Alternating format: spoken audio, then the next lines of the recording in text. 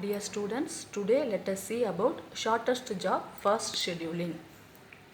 In this shortest job scheduling, process having the smallest execution time is chosen for the next execution.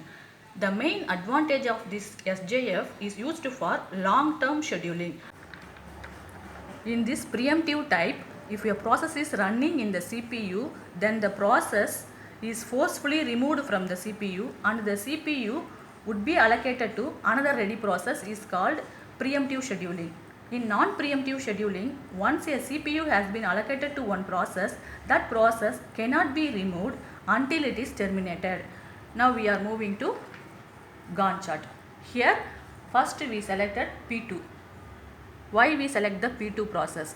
First we are going to see the arrival time of each process. In the 0th arrival time, process P1 and P2 arrived. Its burst time is 10 and 6. Which one is smaller? P2 is smaller. So P2 got executed first. After that, in the first minute, P3 and P4 process arrived. Which one is smaller? P4 is smaller execution time. So it got executed second. After that, in the arrival time 2, process P5 is arrived. Its burst time is 5. So it got executed third. Still P3 and P1 not executed. Now we are going to compare the execution time of P3 and P1. Which one is smaller? P3 is smaller. So P3 is got executed fourth. Finally P1 is got executed. Now we completed the Gantt chart. We are going to find out the waiting time. Waiting time means waiting time minus burst time. We are going to calculate the waiting time by using this Gantt chart. P1 is waiting time. Waiting time of P1 is 22 millisecond. Up to 22 millisecond P1 is waited. First it arrived but it is waited up to 22 milliseconds. After that only it got executed. So its waiting time is 22 minus arrival time. Arrival time is 0 equal to 22. Next P2 is waiting time is 0 because P2 arrival time is 0 and also got executed in 0th minute. So there is no waiting time. Then 0 minus 0 equal to 0. Next P3 is waiting time is 15 minus 1 arrival time 1. We got 14. And P4's waiting time is 6 milliseconds. 6 minus 1 arrival time equal to 5. P5's waiting time is 10.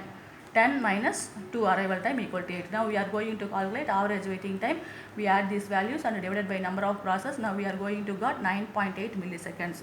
Now we are going to calculate turnaround time. To find the turnaround time means we use burst time plus waiting time. Burst time already given in the sum 10, 6, 7, 4, 5 plus waiting time. Just before we received the values 22, 0, 14, 5 and 8. We add both values and got the final result value. Now we are going to find out the average turnaround time. We wrote these values and add these values and divided by number of process. Now we are going to got 16.2 milliseconds. Now we are now going to compare the average waiting time of SJF and FCFS, turnaround time of FCFS and SJF. Which one is best? In FCFS, the average waiting time is 14.4 millisecond, but in SJF, the average waiting time is 9.8. Which one is smaller? SJF. So it is the faster than FCFS. The same time, we are comparing the turnaround time. In FCFS turnaround time 20.8 millisecond, but in SJF the average turnaround time is 6.2 millisecond, 16.2 millisecond. So it is smaller. So SJF is fast. SJF is best than FCFS.